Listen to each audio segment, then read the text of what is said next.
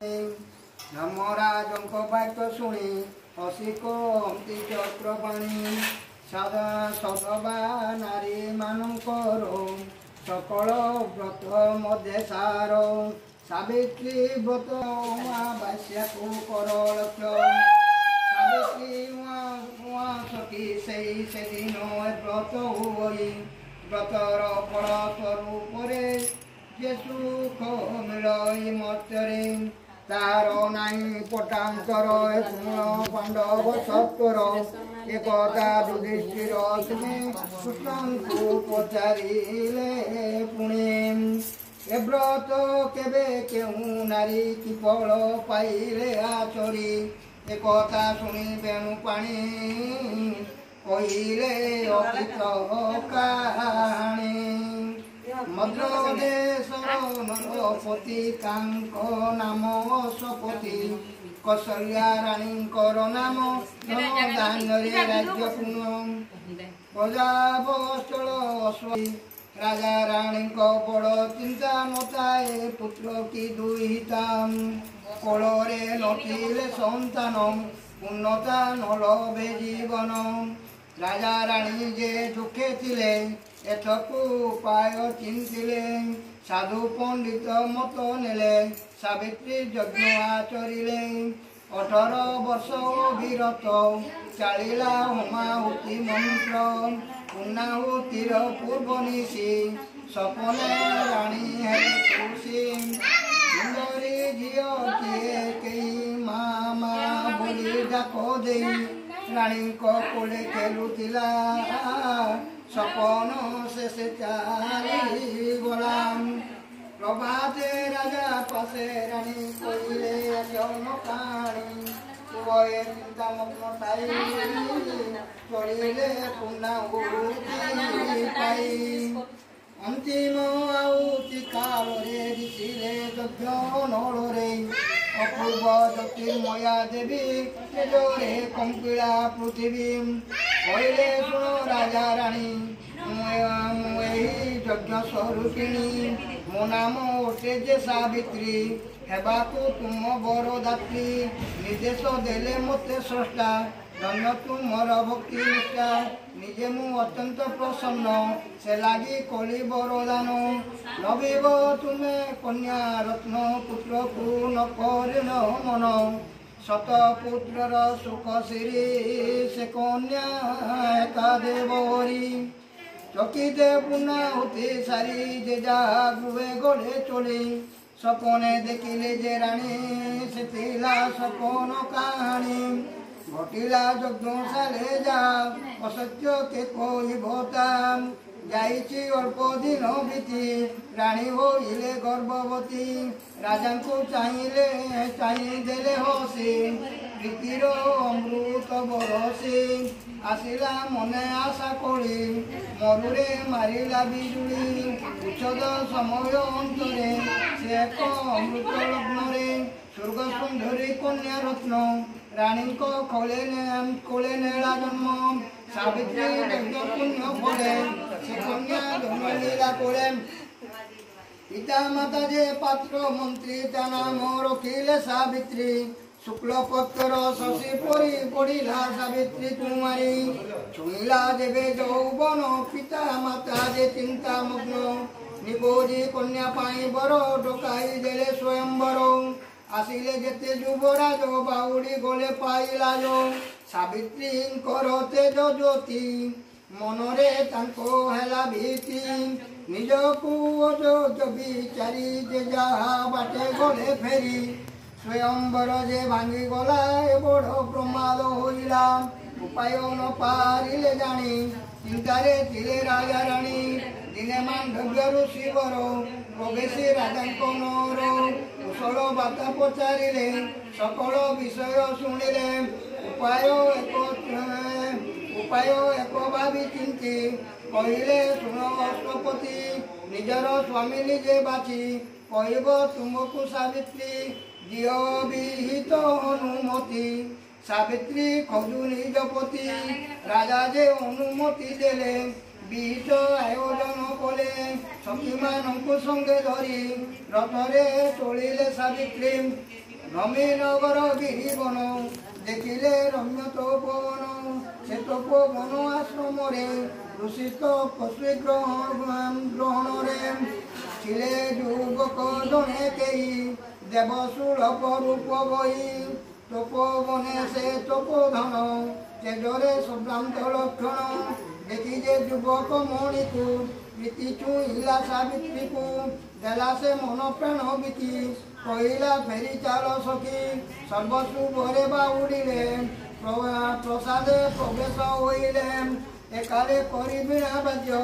প্রবেশ হইলে নারদ তাঙ্ক পাদে ঢালি মতি নমিলে রাজা অশ্বপতি সাবিত্রী কলে প্রণিপাত নারদ দিশিলে চিন্তিত কহিলে শুণ অশ্বপতি উচিত নুহে তুম্ব নীতি এই যে বিধির বিধান দেবাকু ହେବ কন্যাদান তুরন্ত দান মহাপুণ্য হয়ে রাজা সাবধান কহিলে রাজা যোড়ি হাত মুনিকু সকল বৃত্তান্ত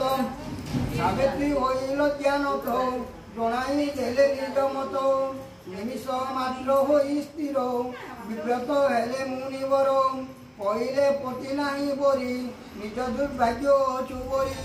ଏବେ ବି ଅଛି ପ୍ରତିକାର ସେ କଥା ମନୁ କର ଦୂର ନଇଲେ ବରଷ ଅନ୍ତରେ ଯିବ ସେ ସ୍ୱାମୀ ଯମପୁରେ ନିଶ୍ଚୟ ବିଧବା ହୋଇବୁ ଏ ମୁନି ବାକ୍ୟ ସତ୍ୟ ହେବ ନିଶ୍ଚୟ ବିଧବା ହୋଇବ ଏ ମୁନି ବାକ୍ୟ ସତ୍ୟ ହେବ ଶୁଣି ଚଳିଲେ ଅଶ୍ୱପତି ମୁନିଙ୍କୁ କରିଲେ ମିନତି পিঠাই কোহে মহর্ষি তুমি তো তিনি কালদর্শী ইয়ে যে ওঠে সে যুবক কি প্রতিকারে দিব দুঃখ নারদ কহিলে বুঝাই শুন হে রাজা মন দেই সর্বদেশরে রাজা সেই বিমত সেন নাম বই রানীଙ୍କ নাম মালবিকা করম বাম ভাগ্য বঙ্কা ସେ ରାଜା ଚକ୍ଷୁ ହରାଇଲେ ରାଜ୍ୟରୁ ବିତାଡ଼ିତ ହେଲେ ପୁତ୍ର ନାମ ସତ୍ୟବାନ କେବଳେ ପୁଣି ଚିତ୍ରସେନ ସର୍ବଲକ୍ଷଣେ ସୁପୁରୁଷ ମାତ୍ର ଯେ ତାର ଅଳ୍ପାୟୁଷ ଆଜିଠୁ ମାତ୍ର 1 ବର୍ଷ ରହିଛି ତାର ଆୟୁଷ ଆୟୁଷ ଯେବେ ଯିବ ପୁରୀ କିଏ ହେବ ପ୍ରତିକାର କରେ ଶୁଣ ହେ ରାଜା ଅଶ୍ୱପତି ତାଙ୍କୁ ବରିଛି ସାବିତ୍ରୀ ରାଜାଙ୍କ ମତ ଗଳା ଘୁରି ଝିଅକୁ କହିଲେ ସେ ଧରି ଜାଣୁ ଜାଣୁ ମୁଁ ତ ସିନ୍ଦୁର ସିଦ୍ଧାନ୍ତ କର ଅନ୍ୟ ଭର ଏତିକୁ କର ପ୍ରତିକାର ସିଦ୍ଧାନ୍ତ କର ଅନ୍ୟ ବର ନାରଦ ମୁନିଙ୍କୁ ସାବିତ୍ରୀ କହିଲେ ଶୁଣ ମୋ ନିଷ୍ପତ୍ତି ମନରେ ଯାହାଙ୍କୁ ବରିଛି ତାଙ୍କୁ ମୁଁ ସ୍ୱାମୀ ବିଚାରିଛି ମାତ୍ର କହୁଛି ଲୋକାଚାର ମୁଁ ବି କନ୍ୟା ସିଏ ବର ଅନ୍ୟ ପୁରୁଷେ ମନ ଦେଲେ ଦୋଚାରୁଣୀ ମୁଁ ହେବି ବଳେ ବିଧବା ପଛେ ହେବି ମୁହିଁ ଅସତୀ କେବେ ହେବି ନାହିଁ ସାବିତ୍ରୀ ବାକ୍ୟ ଶୁଣି ଜ୍ୟୋତି କହିଲେ ଆନନ୍ଦିତ ଅତି କହିଲେ ହୁଅ ମହାସତୀ ଜଗତେ ରହୁ ସତୀ ଖ୍ୟାତି ଶୁଣ ହେ ରାଜା ଅଶ୍ୱପତି ଅନ୍ୟରେ ନ ଭୋଳାଅ ମହତି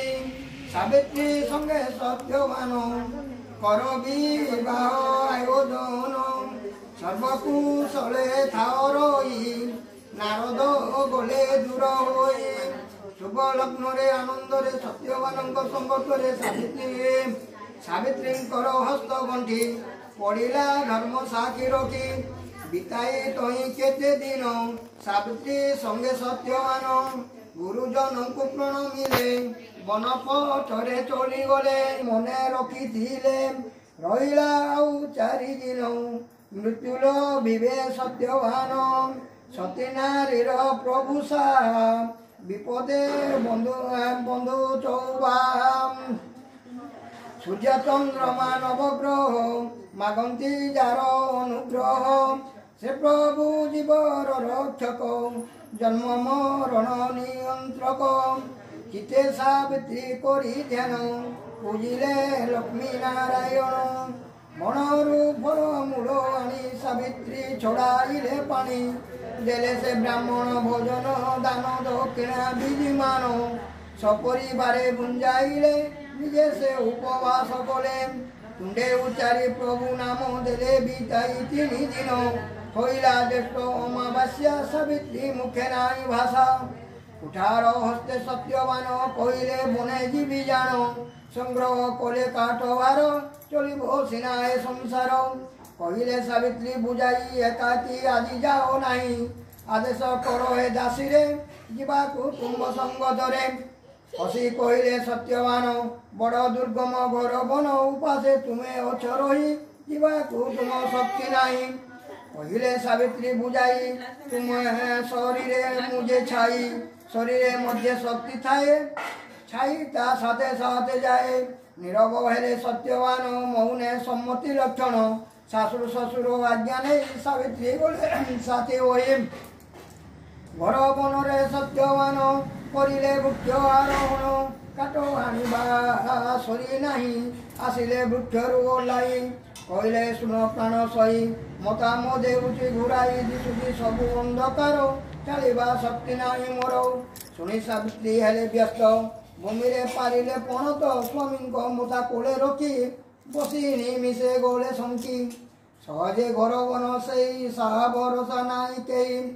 ହେବ କି ମୁନି ବାକ୍ୟ ସତ ହେବ କି ଶୂନ୍ୟ ଏ ସୀମନ୍ତ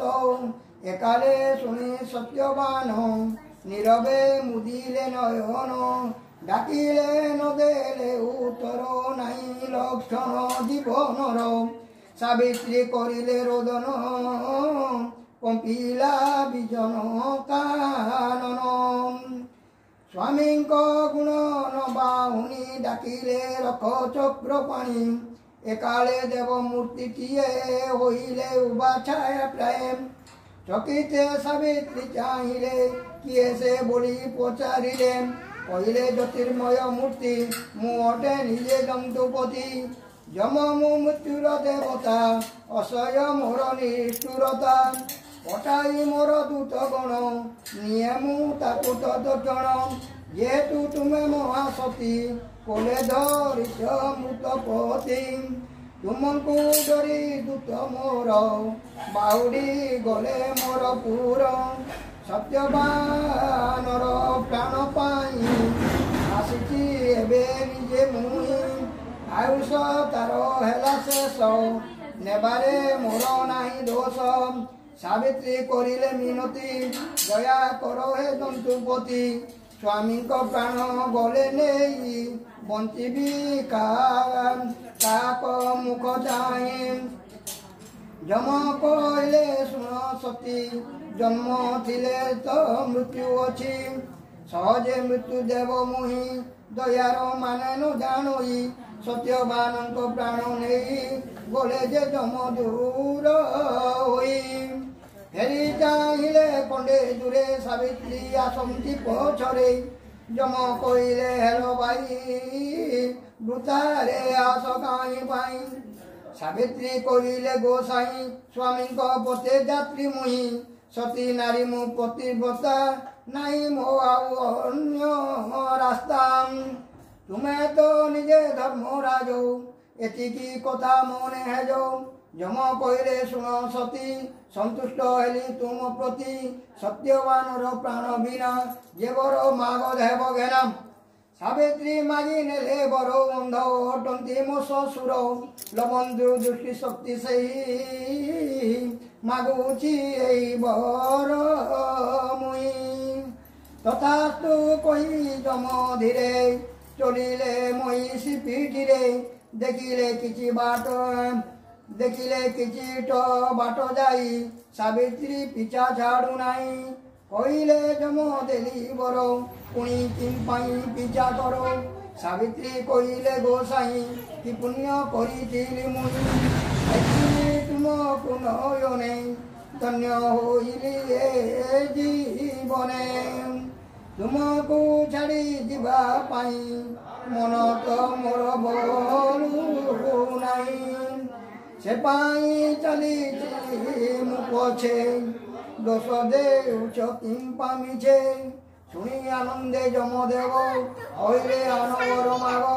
ସତ୍ୟବାନର ପ୍ରାଣ ବିନା ଯେ ବର ମାଗ ହେବ ଘେନା ସାବିତ୍ରୀ କହିଲେ ଦେବ ଶ୍ୱଶୁରେ ହେଉ ରାଜ୍ୟ ଲାଭ ତଥାସ୍ତୁ କହି ଯମ ଗଲେ ସାବିତ୍ରୀ ପୁଣି ପିଛା କଲେ ପଛକୁ ପୁଣି ଚାହିଁ ଯମ କହିଲେ ବଡ଼ ବିଷମ ଦେଲି ତୁମକୁ ବେନି ବର କାହିଁକି ପୁଣି ପିଛା କର ବିନয়ে କହିଲେ ସାବିତ୍ରୀ ତୁମେ ଯେ ନ୍ୟାୟ ବନ୍ତ ଅତି ନ୍ୟାୟ ତ ଦେଲ ନାହିଁ ମୋତେ ତୁମକୁ ଛାଡ଼ିବି କେମନ୍ତେ ଶ୍ୱଶୁର ସିନା ହେବେ ସୁଖୀ ପିତା ଯେ ମୋର ବଡ଼ ଦୁଃଖୀ ଦୁଇଟା ଦୁଇ ତୁଳେ ହିତା ସେ ପାଇଁ ମୋର ବଡ଼ ଚିନ୍ତା ତାଙ୍କର ସୁସତ ପୁତ୍ର ଜନ୍ମ ରଖନ୍ତୁ ବଂଶର ଗୋତ୍ର ମାଗୁଛି ଏହି ବର ମୁଇଁ ବିଚାର ନ୍ୟାୟ ଧର୍ମ ଯାଇ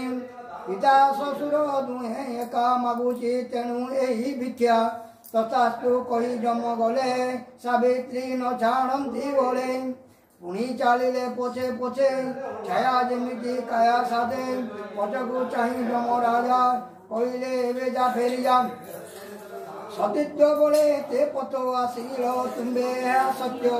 ଏପାରି ଶେଷ ସୀମା ଏଇ ତୁମେ ତ ହେଲ ନର ଦେଇ ସେପାରି ସୀମା ଛୁଇଁବାକୁ କେହି ଯେ ନ ଦେବେ ତୁମକୁ ଏଠାରୁ ହେବି ଅନ୍ତର୍ଧାନ ସେପାରି ଅଟେ ମହାଶୂନ୍ୟ ପାଇବ ନାହିଁ ଆଉ ମୋତେ ଫେରିଯା ସତୀ ନିଜ ପଦେ ସାବିତ୍ରୀ କହିଲେ ଠାକୁରେ କି ଲାଭ ଏଇ ଜୀବନରେ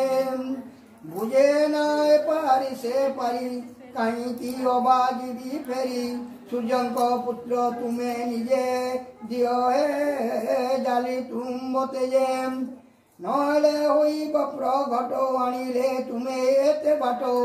ଗୋଟିକୁ ଗୋଟି ବର ଦେଇ ମାୟାରେ ଆଣିଲେ କଡ଼ାଇ ଅବଳା ପ୍ରତି ଅବିଚାର ନୁହେଁ ତ ଉଚିତ ବ୍ୟବହାର ଶୁଣି ବିଚାର କଲେ ଯମ একতা হেলানি বিষম কইলে শুনো নারী বর চতুর্থ বর মাগি পার সত্যবানর প্রাণ বিনা যাহা মাগিব হেব ঘেনা আউ মু কিছু ন শুনিবি তুরন্ত মাগ চালি যাবি যম যে হেলে তোর বর সাবিত্রী মাগি দেলে বর স্বামীঙ্কর সরু মর হন্তু শহেটি কুমর তথাস্তু বলি যম কই চালিলে আগকু মুআই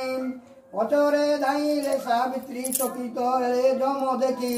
ক্রোধেরে কহিলে বচন সরিছি মোর বরদান তারে আস কাই পাই মোটারে প্রয়োজন নাই কହୁଛି ସତ କଥା ମୋର ତୁରନ୍ତ ଫେରି ଯାଅ ଘର ମୋ କଥା କରିଲେ ଅମାନ୍ୟ ବଗିବ ତାର ପରିଣାମ বিনয় সাবিত্রী কহিলে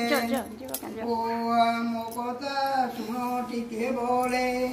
তুমি যে সন্ন্যামী পুরুষ তবে না তুমঠারে রোষ নিজ বচন নিজে ভুলি কৌচ যা পাই চালি সত্য হারিব তুমি যেবে কি যশ অর জীব তেবে স্বামীঙ্কর সরু মোর জন্ম নেবে শহে কুমর এবার তুমি তো ଦେଇଛ স্বামীঙ্ক প্রাণ নেউଅଛ মুঝে অটই সতী নারী সম্ভব হইব কিপরি বরিবি কিবা নপতি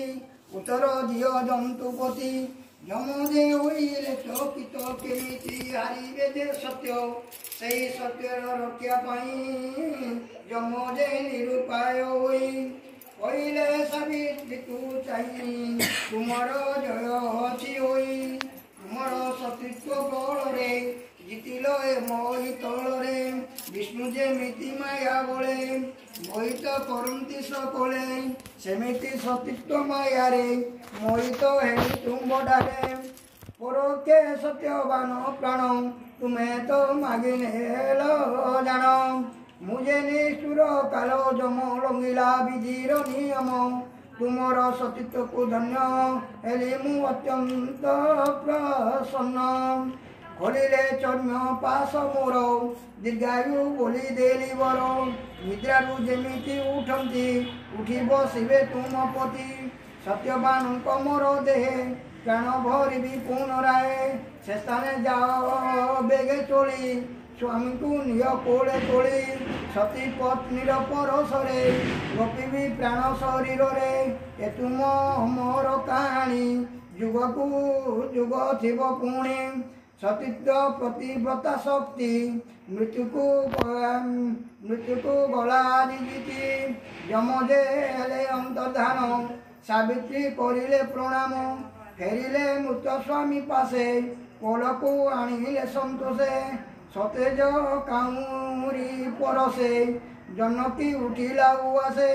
ସତେକି ନିଦରୁ ଉଠିଲେ କହିଲେ ସ୍ୱପ୍ନ ଦେଖୁଥିଲେ ସେମିତି ଉଠି ସତ୍ୟବାନ ନିରେଖି ସାବିତ୍ରୀ ବଦନ କହିଲେ ଏତେ ବେଳ ମୁହିଁ ଶୋଇ ରହିଲି କାହିଁ ପାଇଁ ନ ପାଇ ଆମର ବାରତା କି କରୁଥିବେ ପିତା ମାତା ଆମର ପତେ ସୁକୁମାରୀ ଆଶ୍ରମ ବାମ କର ଧରି ଏବଂ ମୋର ପରିଚିତ ପଥ ଯେ ହେବ ଅନୁମିତ ସାବିତ୍ରୀ କହିଲେ ନାଥ ଆଜି ମୋ ପଥ ଆଲୋକିତ ତୁମେ ମୋ ସୀମାନ୍ତରେ ଜନ୍ମ ଚାନ୍ଦିନୀ ତୁମେ ମନ ବନ ଏବନେ ନାହିଁ ତେଣୁ ଭୟ ମୋ ପାଇଁ ନ ହୁଅ ଅଥୟ ତୁମକୁ ପାଇଛି ମୁଁ ଫେରି ଆଉ କାହାକୁ ଯିବି ଡରି ସେବନ ପଥରେ ଦମ୍ପତି ଚଳିଲେ ଆନନ୍ଦରେ ଅତି ପ୍ରବେଶ ହେଲେ ଆଶ୍ରମରେ ଆଶ୍ରମ ଆନନ୍ଦ ଯେ ହରେ ରାଜ୍ୟ ପ୍ରାପ୍ତି କି ଚକ୍ଷୁ ପ୍ରାପ୍ତି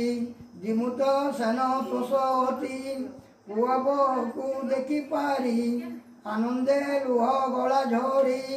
ଆଶ୍ରମବାସୀ ଗଳେ ଘେରି ବୁଝିଲେ ସମସ୍ତେ ପଚାରି ସାବିତ୍ରୀ କହିଲେ ବୁଝାଇ ଯମଙ୍କ ବରଦାନ ଏଇ କହିଲେ ସକଳ ବୃତ୍ତାନ୍ତ ସବିଏ ହୋଇଲେ ଚକିତ ଧନ୍ୟ ସାବିତ୍ରୀ ଧନ୍ୟ ବୋଲି ଆଶ୍ରମ ଉଠିଲା ଉଛୁଳି ତହୁଁ ରାଜ୍ୟକୁ ଫେରି ଗଲେ ଜିମୁତ ସେନ ରାଜା ହେଲେ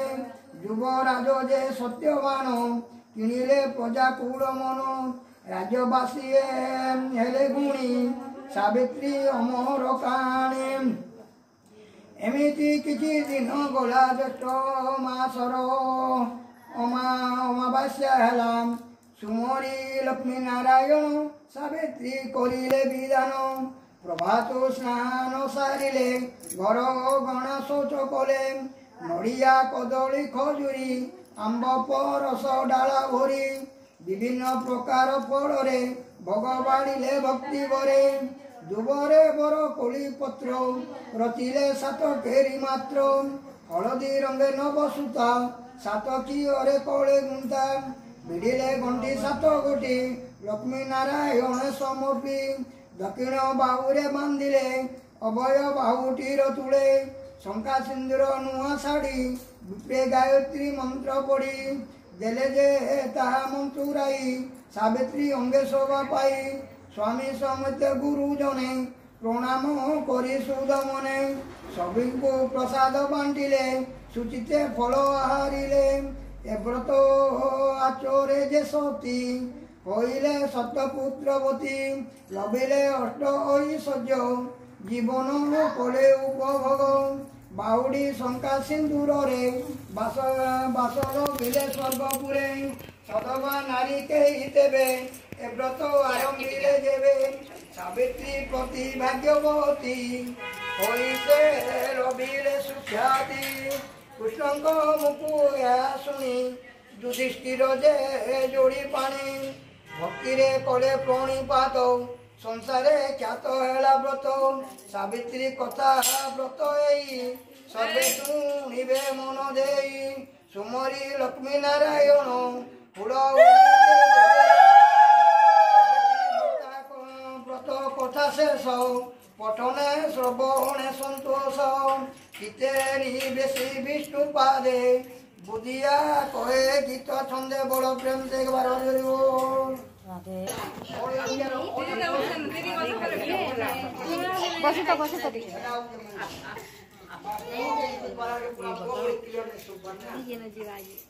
समस्त पले आस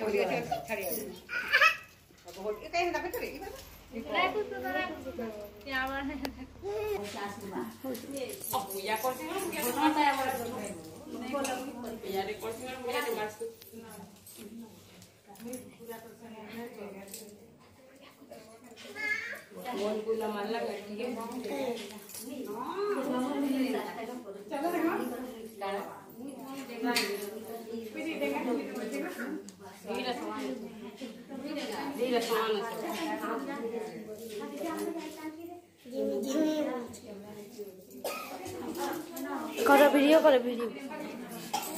हे बाबा वीडियो करा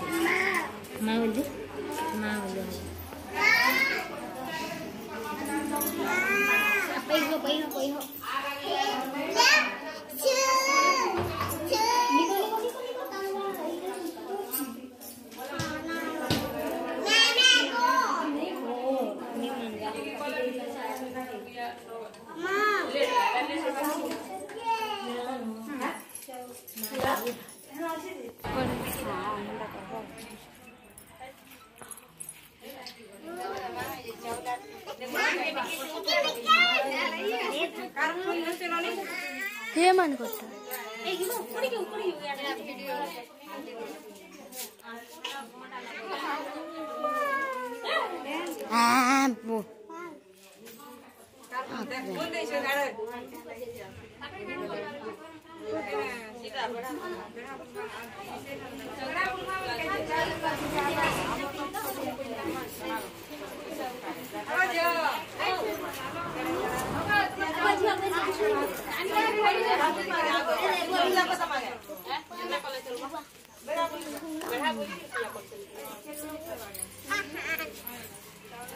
जी हाँ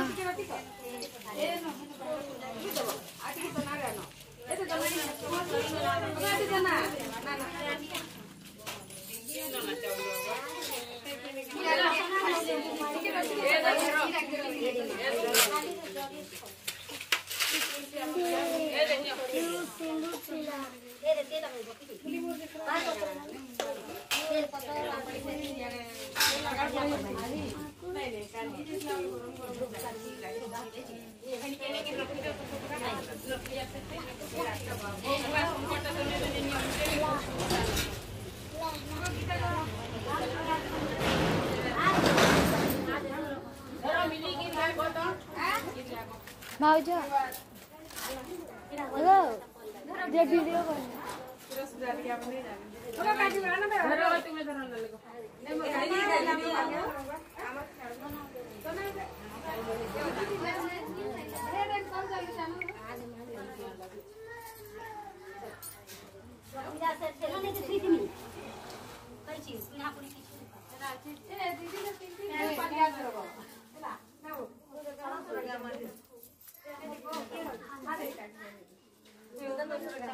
चौल चपले दियो यार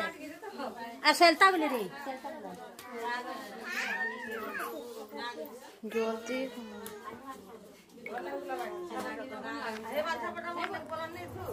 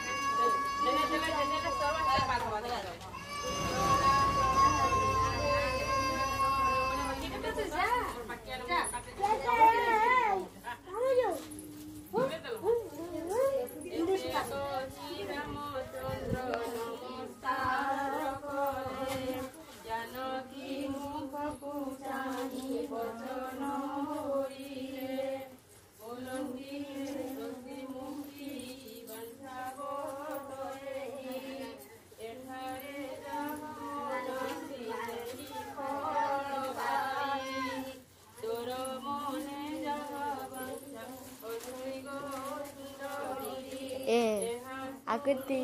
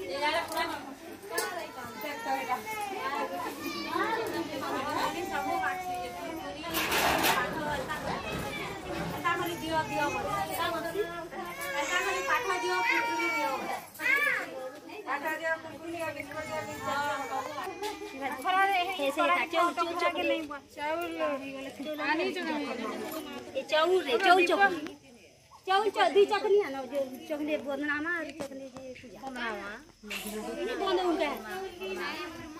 नहीं वो सेंटर नहीं हां लेकिन ए दीपावली आ मामा बोली गाड़ी चलो है बाबा